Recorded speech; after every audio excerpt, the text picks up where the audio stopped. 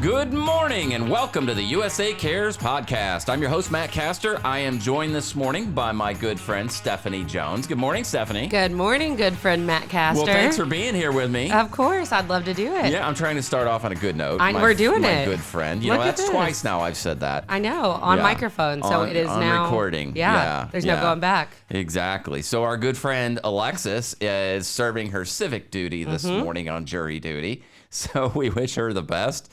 But thanks for being here. We've got an exciting day. Yeah, I'm excited. Absolutely. So I want to start out just mentioning a few people doing so much to help our veterans around the world, and just helping us at the USA Cares family.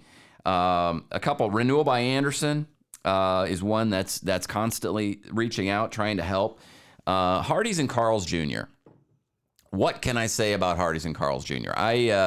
I had a talk with them the other day, Steph, and they've been doing these roundup campaigns out west. So they did 1 month they did for Hardee's, right? And I think they just finished up with Carl's Jr. Out on the West Coast. And man, the response was unbelievable. Oh, yeah. I mean, it's been incredible. So a big, big thank you to Hardee's and Carl's Jr. If you guys are out and about, you're looking for a place to eat, just know that is a company that is doing something to help veterans, unlike anything I've ever seen. So if you're going to spend your money, spend it with somebody who's giving back. Exactly. We were shouted out on another podcast this week, Steph. I heard you listening to it, actually, I was yesterday. listening to it. I was quite excited about it. My good friend Robert Johnstone, who's in the sound booth, is going to be excited about it too. But this is a podcast called the Bourbon Road Podcast, and they have gone out of their way to help veterans, and they have gone out of their way to try to help USA Cares. So big thank you to Mike Hyatt and Jim Shannon on the Bourbon Road Podcast. If you're into bourbon, it's a good show to check out. I think they do some amazing work. So take a listen.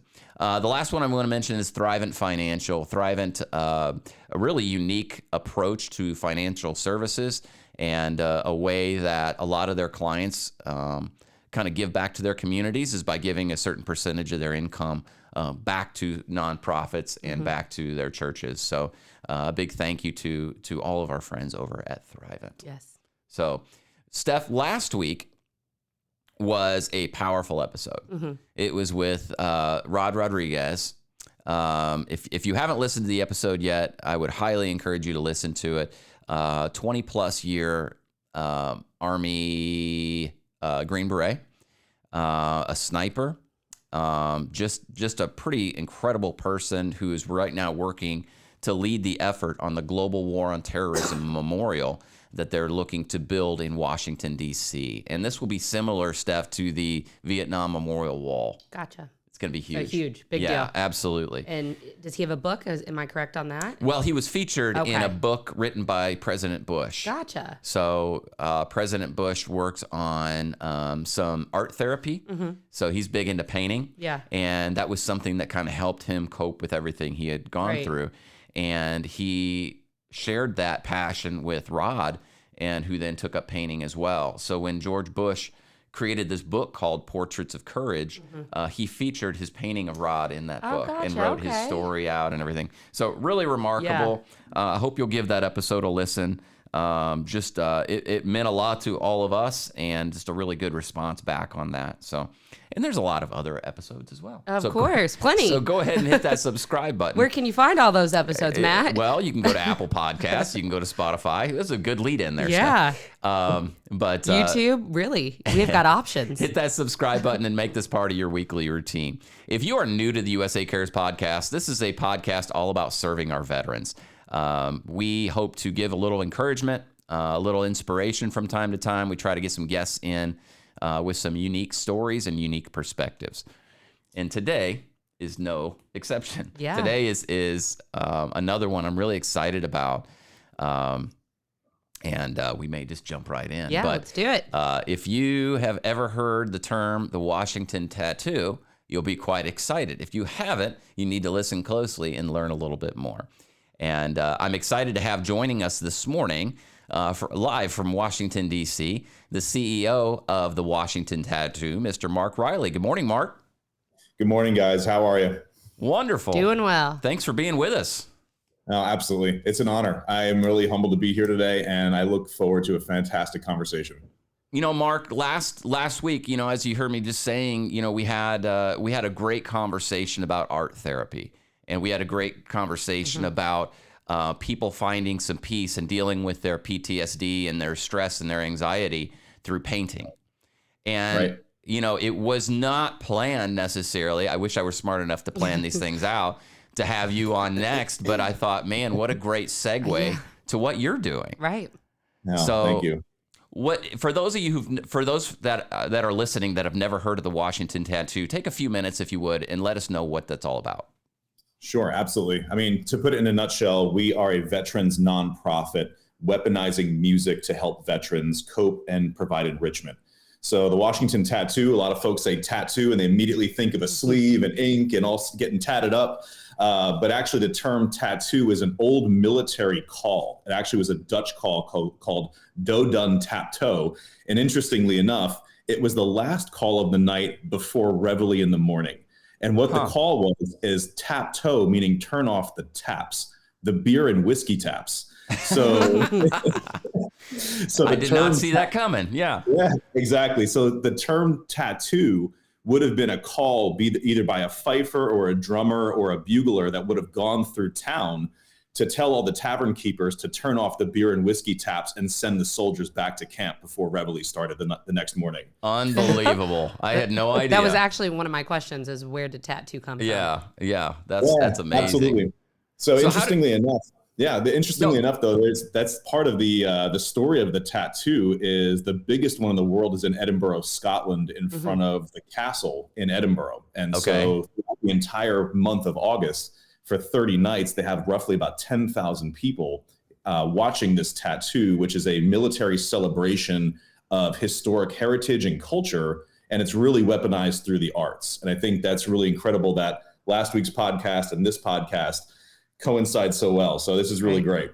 Well, and I'm sorry that I mentioned that I didn't plan it, because I would have looked a lot better if, of course, I did plan it. We'll edit that out. Yeah, exactly. We'll just pretend that didn't happen. So how did you get into this? Because you and I have spoken several times now, and I've learned a little bit about your history. You have a pretty prestigious background in some of the places you've been able to play and some of the events you've been able to be a part of. How did you move from what you've done in the military to this? Sure. Well, I mean, to be honest, my favorite grandfather was an Army Ranger in World War II. And strangely enough, he taught me how to throw a baseball, how to go fishing. And I knew that he died when I was very young. I never understood why. Fast forward a little bit further, I started taking drumming lessons. So I'm a drummer by trade. I've done a lot of administrative work over the years, but I mean, it comes down to brass tacks. I'm a musician at heart, and I love teaching. And so got some degrees in education, was teaching a lot. And my original drum instructor kind of became this grandfather figure in my life and taught me quite a bit about drumming, but so much more about just being about life, about being a good human being and how to give back to others. And he always hit me with this statement that said, this thing that we have, these gifts that we have, we're going to pass on. We're not going to live forever. So it's not our art form to keep. It's really only ours to give. And so as a 14-year-old kid, that made no sense to me whatsoever. And over the years, it kind of became this passion for me to give in what I could give, which was in music. So to fast forward, I graduate from college and I learned that my grandfather, my mother's father, was actually a drummer in an American Legion drum and bugle corps out of the Bronx, New York in the 1930s. And it was like, wow, he was a drummer. I'm a drummer. This is amazing. Then I joined the Army. And then my mother reveals this other secret that just hit me like a brick, that her father actually was a victim of PTSD. And when he turned 65, he left the hospital and stepped in front of a truck and killed himself. Wow. And so really the Washington Tattoo and the career I've led, I've been putting these puzzle pieces together. And I don't shove religion down anyone's throat, but I do believe in a higher power. I believe that God gives us gifts and purpose and kind of these breadcrumbs to follow throughout our life if we're in tune with it enough. Right. And I just, every day I wake up getting chills because I look at this story I've had an incredible career at the Old Guard, which is, if people don't know about the Old Guard, it's the 3rd U.S. Infantry Regiment. It's the Army's official ceremonial unit and escort to the president. So I've been able to be as a permanent party in Washington with the Old Guard Fife and Drum Corps for 20 years, and have, had an incredible career playing at the White House, the Pentagon, and, done a bunch of inaugurations from the Bush inaugural, the second term, all the way through the last one with President Biden. Unbelievable. Right. What are those experiences like? I mean, is that that's not something you get used to, right? Well, it's funny you say that. And I appreciate that comment, because a good friend of mine said when I first enlisted, when you leave the backside of Fort Myer, you're passing the homes of the Joint Chiefs. You're passing Generals Row. And what's called Whipple Field is a field that goes down, and overlooks the Potomac River.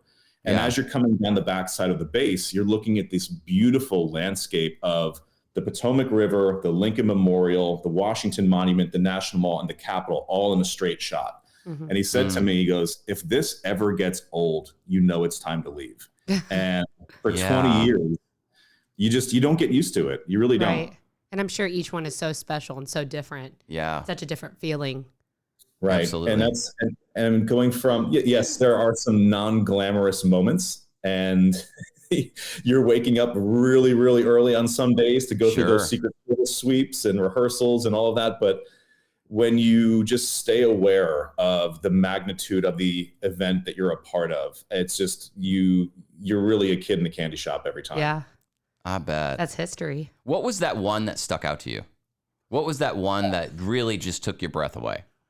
So there are two. I have to have two moments. One is CONUS and one is OCONUS. So one is in the States and one is out of the States. Okay. One was performing for Her Majesty Queen Elizabeth on her state arrival. And so the Old Guard is, if you ever see C-SPAN or anything like that, and you look at a state arrival and you look at a bunch of people dressed up like George Washington, that's us. That's the Old Guard Fife and Drum Corps. And we end every state arrival with the tune Yankee Doodle. It's kind of our theme song. We found it really, really rude and improper to play Yankee Doodle for Her Majesty. Probably a good call. Yeah. It's probably a good call. So it was the first time ever that we actually changed protocol at the White House to play British Grenadiers. So that was an amazing opportunity. But more recently in 2017, a few of us actually received an invitation by the Swiss Guard at the Vatican. And there were about 5 of us that went over there with some colleagues from the Swiss Army. And we actually got to meet the Swiss Guard, the Papal Swiss Guard at the Vatican. And at the end of the meeting, a couple of days we were there, we found out that Pope Francis was a very big fan of traditional drumming, which was like, okay, right. Really? It was really strange. But if you go on Facebook or Instagram, you look up Pope Francis and drums, he's pictured with a bunch of these kind of traditional Italian drum groups. Wow. And so we were invited to perform in St. Peter's Square for His Holiness. And we got to meet him, gave him an Old Guard challenge coin. A friend of mine, Dave Loyal, was able to do that. We gave him an Old Guard cockade. And we have pictures of us with the Pope just having this really intimate moment. But again, it was a military connection. It was a military music connection. And it was really through veterans between international partners. So it was a really great experience. Next thing you know, you're swapping autographs. Unbelievable. He wants yours and you want his. Unbelievable. So that's pretty incredible. And it's funny. The last couple guests I've asked, how long did you serve, or how long have you served in the military? The last person that I asked that said 21 years, 4 months, and 1 day. When I asked you this question, what did you say? 19.6 years. I'm like, you can round like one way or the other. But I appreciate that. But what was it that drew you in initially to the service? What was it that brought you in that made you want to get involved? Well, it's interesting. So I'm going to be honest and be very candid about this. There was a difference between what drew me in initially and what kept me in. Yeah. So I think as a very poor college student, the student loan repayment program was very enticing. Yeah. Mm-hmm. Yep. I think that initially was what sparked my interest. I was prepared to be a band director. That's what I wanted to be, was to be a band director. I loved helping kids. I loved seeing kids' light bulbs come on when they would figure out a component of music. And then, I joined in 2000. I ended up signing up in 2002 for the delayed entry program. Yeah. And then what ended up happening was, I guess it was probably 2006, 2007. I was just really frustrated, frustrated with, what I thought leadership could be, what leadership was, quote unquote, supposed to be. And again, when you're 24, 25 years old, you know that you're right about everything. You know that you're the one that's going to conquer the world. And I knew better than everyone. And I had a really good mentor at that point pull me aside and said, you have so much potential. Just be really aware of what you really feel like and what flag you're about to wave before you blow your own face off or your feet. And you professionally make some really poor choices. And I think I have to, his name is Sergeant Major Billy White. But Billy White was a huge mentor there. And he said, look, if you get out now or you become so frustrated you leave, you're going to be so angry at yourself for what you could have offered, but you didn't figure out the game or the system well enough to be able to help in the way that you could. So I think that's what brought me into staying. And that has now, when I do workshops on leadership, we do a lot of the, mental resilience training or master resilience training courses. And we talk about, what initially kept you, but then what kept you from leaving? And once you decide to stay, how do you keep that level of commitment fresh? And that was something that has been a challenge for me, a challenge for other leaders, but that's why I stayed. Did you ever talk to him? You ever tell him you share that? I actually thank him all the time because I would not have the career that I would have if it wasn't for Billy White. Yeah. I think we've all got those people in our lives that, gave us the tough talk, gave us the talk that we still remember and still are thankful for. So that's awesome. I love that you bring up his name. So we are in a wild time in the world right now. And I just wrote a post this morning about our veterans that we're working with at USA Cares, dealing with PTSD, staring at their computer screen or their TV screens or the computer screens, constantly watching this war develop in Europe, and having some rough memories maybe of their combat experience or of their traumatic, whatever that they went through. And I know from our standpoint, our requests for assistance are through the roof, some of the highest we've ever had. Our requesting for housing assistance is up over 100%. It's really staggering what is happening at the moment, and the suicide rate continues to go up. Unfortunately, that's our mission, is to help bring that down. But we look at ways that people who are coping well with their PTSD, what they're doing. You mentioned sharing gifts. You mentioned passing that on. And you also mentioned your faith, and the book of 1 Peter talks a lot about that. It talks a lot about utilizing your gifts. And I love that idea of passing it along. So how can music that you're so focused on help now? Well, that's a fantastic question.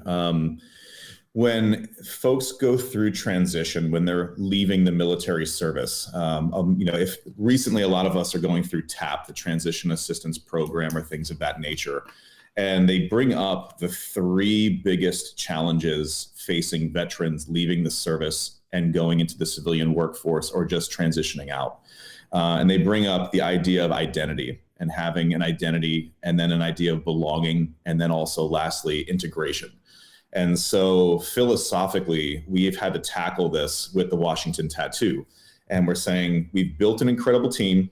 We have folks from really all walks of life, races, diversities. And one of those things that we are really thinking through is music and the building of skill allows you to have identity as a musician. And no one needs Mm. to be the most amazing rock star. They don't need to be an LA studio musician. They can pick up their guitar with their children and strum a few chords and even sing along to the radio. And there are neurology experiments that talk about what happens in the brain when people collectively sing or sing for themselves. And we joke about singing in the shower, singing in the car, all of that. And there's a craftspersonship to being a musician. So we've decided to tackle that idea of identity through workshops. And so the Washington Tattoo has created a series of workshops that help build skill sets from the most basic musician and up. And we have our next workshop in May in Williamsburg, Virginia. It's a collaboration with Aleworks Brewing Company. And we're inviting veterans there to, if they have children, come with your kids, be a part of the day. There's amazing food trucks. We'll have, workshop clinicians there. But it helps to build that skill set to be a craftsperson and help bridge that identity gap. Secondly, the idea of belonging. If you're a musician and you do it collectively, you now start to build this camaraderie and relationship with other musicians. And it's the idea of doing something individually, which is fantastic that you want to explore it yourself. But when you think about doing something corporately, it has a very different feeling of belonging. And at that point, that starts to build out, what would be a network. And so experiencing musician with a little bit of this craftsperson mentality, you start to learn details and pick up other details from other musicians. And so you can build that craft, which is kind of step one, into a community of belonging, which is what we would do corporately. And last but not least, in that integration piece, we've really started to build an ecosystem at the Washington Tattoo of multiple events throughout the year, so that if someone does go through Intrepid Spirit, they go through a music therapy program, they learn a skill set, there are going to be things on our calendar each quarter that they can plug into. And what will happen is you'll start to see some of those same exact faces, and you build friendships with, again, not just the veteran, but the family member as well. And so we're really trying to build an ecosystem that allows people to come in maybe with zero musical skills whatsoever, build some basic music skills, be a part of a team that creates that belonging, and then integrate you into an ecosystem that you can rely on, that's sustainable, and it brings enjoyment and enrichment to not just you, but your whole family. So that's amazing. That's really amazing. I expected you to talk about how an individual takes this on and learns this and it helps them. But you keep saying community. You keep saying helping others. You keep saying pass it on. And I think that's what's really jumping out at me is one, it's not just about self. It's about helping others and passing it along. But two, it's really about building those groups and those communities and making people feel part of something. Yeah, something because bigger. that's what they miss when they come out of the military often, right? Yeah. And so for those veterans who may not be in the military anymore, missing that being a part of that team, missing that group, this gives them a little sense of that again, doesn't it? Yeah, absolutely. And I think that's part of it as well. And through my career in the military, I had some really great leaders that, challenged me as a leader so that I could keep them fed as leaders, and then create a line of succession of great leaders that would keep the culture and mentality rolling. And I was asked, I said, well, what was your goal when you decided to become a leader? What was your end state? And I said, at first it was a great question because I knew I had it in the back of my mind, but I wasn't sure if I really codified it. And honestly, this may sound theatrical or cheesy, but if we're a leader, our goal is to actually build better people. Right. And if we can allow ourselves to use the gifts and talents and frameworks that the military has provided us in the goal or the journey of building better people, then everyone wins, because you're taking the individual skill set that is there innately, and you're building upon what that person can do, and you're allowing them to have more options with their gifts and their skills. So where does this go from here? Where does the Washington Tattoo go from here? What are the thing? Where do you hope this? What do you hope this turns into over the next couple years? I love that you have brought that up. So this whole thing, I don't know if anyone listens to TD Jakes, but I blame him entirely for all of this. I was on a treadmill one day on a run, maybe about 6 years ago, and I was listening to a TD Jakes sermon. And he was talking about faith. He was talking about faith in yourself, faith in a higher power, and the depth of your faith and the depth of what you believe your purpose to be. And he challenged the listeners with, what's the craziest thing you can think of? And the depth of that crazy thought really is the depth of your faith and how much you believe can happen and what you can believe your purpose to be. And so one of the beautiful things that popped out of it was I started thinking about my drumming career, my grandfather's story. I'm in the old guard. I'm working with these international music groups. I've done things at the White House, and I'm following those cookie crumbs. And I had a friend of mine who actually was just knighted a few years ago. Wow. His name is Brigadier Sir Melville Jameson. And Sir Mel, as we lovingly call him, was the producer for the Royal Edinburgh military tattoo in Scotland for roughly 10 years. Wow. And I had the honor of meeting Sir Mel in 2005 and have known him ever since. And every time I would see him, he would elbow me in the ribs and say, why are you not building this tattoo in Washington? Why does this not exist? Why does this not exist? Well, and easily enough, it's a fair question because every service has their own tattoo in Washington. The Army has theirs. The Marines do it at the Marine Barracks 8th and I, and they're incredible events. And if you ever come to Washington, you have to take a night to come watch these events, and they typically happen all summer long. But that being said, when you are in the DoD, there are parameters that you have to stay within, and working with certain businesses, working with certain business partnerships, and also working with international collaborators is very difficult when you're navigating the DoD. And so if you talk about the Edinburgh tattoo and why it has been so incredibly successful, is they went the nonprofit route. And so as a nonprofit, as a veterans nonprofit, we started looking at frameworks that we could provide. And so to go back to the TD Jakes moment, I sat there going, I think I really could maybe build this crazy thing that Mel Jameson talked about years ago, and let's see what happens. So anyway, very long story short, our mission is 2026. Okay. We are targeting the 250th anniversary of the United States, and we want to be one of the officially recognized events for the semi-quincentennial, which is the 250th anniversary of the U.S. And we want to bring a full-scale 8,000 to 10,000 person show that celebrates American heritage, history, service, and the military to Washington, D.C. Wow. Well, that's awesome. It's amazing what can happen on a treadmill.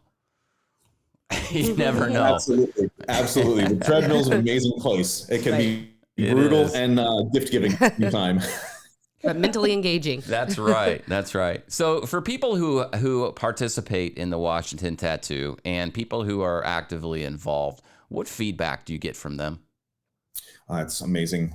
So definitely have some folks who have given us very direct feedback after an event of ours has taken place. And again, we're a new organization. So if you look us up online, we have a couple virtual events. We did a workshop last year. This year, we already have mapped out 4 workshops. But last year's workshop that we did in Williamsburg, it was coming kind of out of that weird COVID timeframe. We had a military spouse come up, and she just talked about how her kids would not stop talking about this workshop. Because not only were the participants enjoying themselves, learning from themselves, meeting kids from around the country, but the instructors that we had that were there, it's hard to get access to that level of talent. And that's one of the things we've been doing is folks who are interested in giving back from the music community. We provide access to extraordinarily high level instructors and players. And so I know as a little kid being a drummer, I was inspired by other world-renowned artists. And so that's one of the things we want to capitalize on is that relationship that we have with our music industry folks is how can the music industry inspire dependents, children's spouses of military veterans? And that's typically the feedback we get, is that, it's amazing that this, world-class performer sat with my son or daughter and gave them 30 minutes of their time as a human being, where you watch them on TV and they're never going to get that access. But at our event, they can have a one-on-one with them. And these people are doing it not to make money, for other reasons, just because they have a passion for it.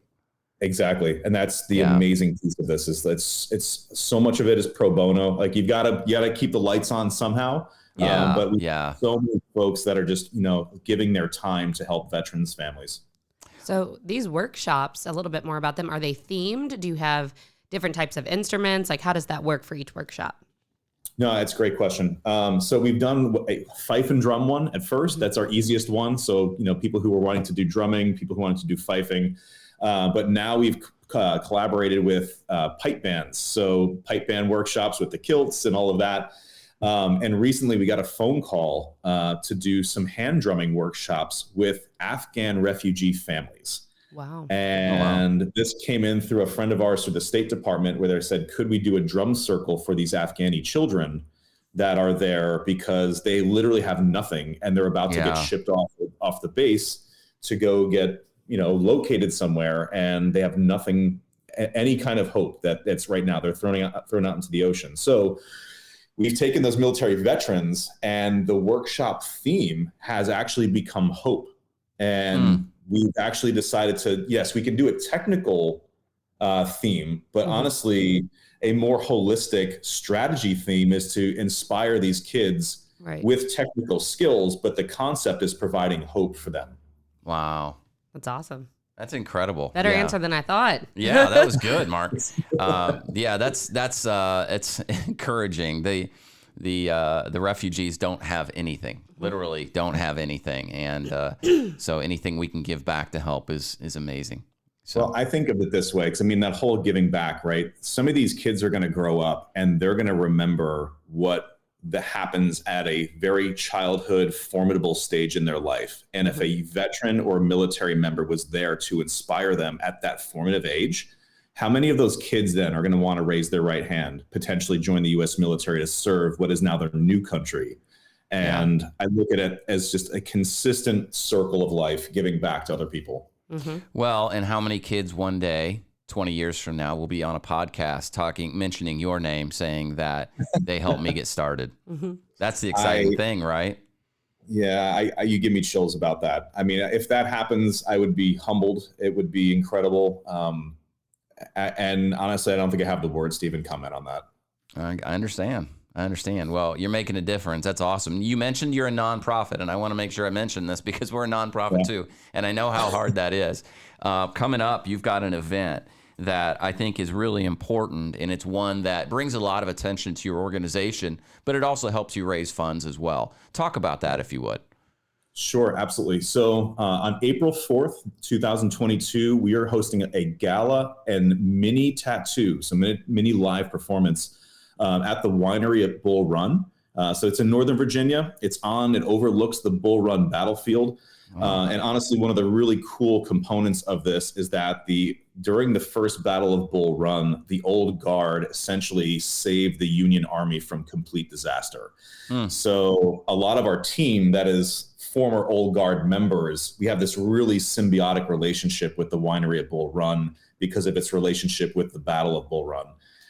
But at the event itself, we have a VIP portion. That's the first part of the night. We have a main portion. So it's from 6 to roughly 10-ish. But the VIP starts at 6. The main piece kicks off at 7. And then we have a tattoo at 8 o'clock.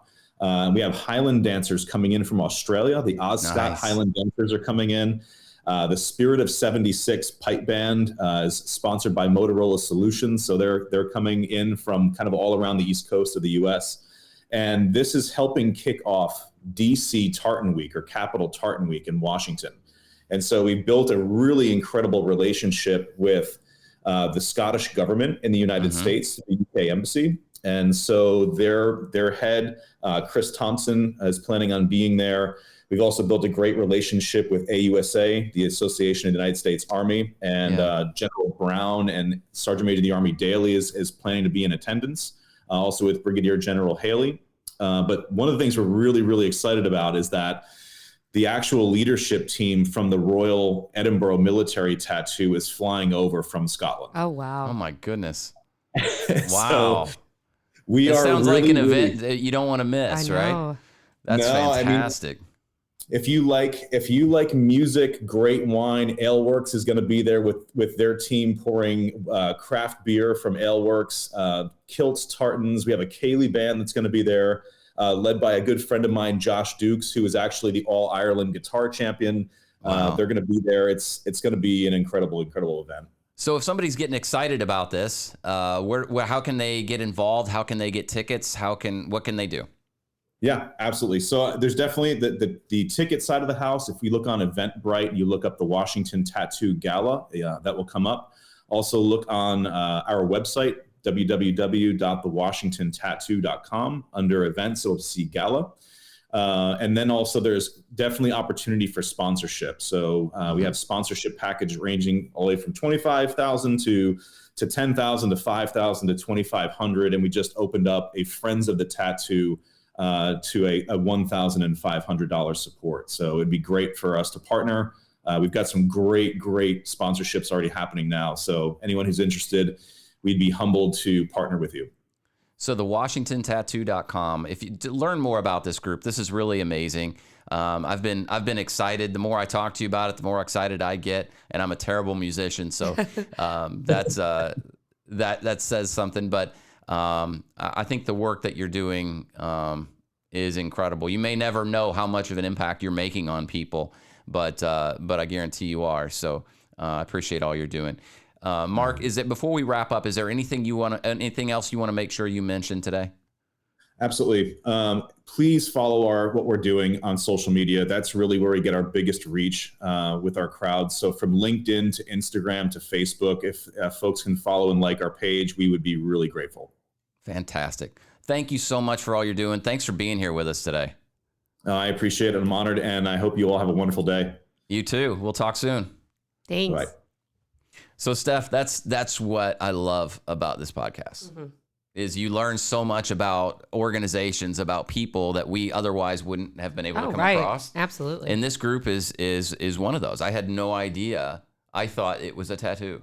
I did too when I first did my Google search. Yeah. So I wasn't familiar, but all these different avenues that are available now, absolutely. And resources From a therapy standpoint, from a passing on to the next generation standpoint. So many good things to help not only veterans, but communities in general. Absolutely. So fantastic. Well, I hope, like I said earlier, I hope you will subscribe to this podcast. I hope you will make it part of your weekly routine. I want to give a big shout out to the Speakeasy Podcast Network. We probably don't thank them enough. They do really great work. They put up with us every single week and help us put this podcast out. So learn more about them, thespeakeasynetwork.com. If your company or your nonprofit is looking for a podcast, needing some help with the podcast, maybe you're sitting in your basement trying to figure out how to make it work. Reach out to these people. They really know what they're doing. They're some of the best in the business, and they will make you look better. So definitely check them out. You can learn more about USA Cares at usacares.org. We invite you to become part of our Cadence program. Stephanie, talk about the Cadence program. Great. Well, our Cadence program is a monthly giving program that you could become a part of, and you can join us in helping efforts to make sure that we have the funds to help those veterans in need. And there is a lot of need right now. There is. Especially with everything going on in the world. We're battling the strange some parts of coming out of COVID and going back to, quote unquote, normal, and bills coming back to normal, and those extensions are coming to an end. And then, of course, the trauma that is coming with the current situation in the world. So it's a very, very strange bridge. Yeah, we've kind of got the perfect storm going on right now. We're trying to help people as fast as we can. Requests are at the highest level they've been in years, and we just need your help. So check us out, usacares.org. we'd love for you to sign on, become part of the team, and make that monthly donation. So don't forget to hit that subscribe button. Check us out anytime on Apple Podcasts, Spotify, and we look forward to being with you again next week. So thank you, everybody. Thanks.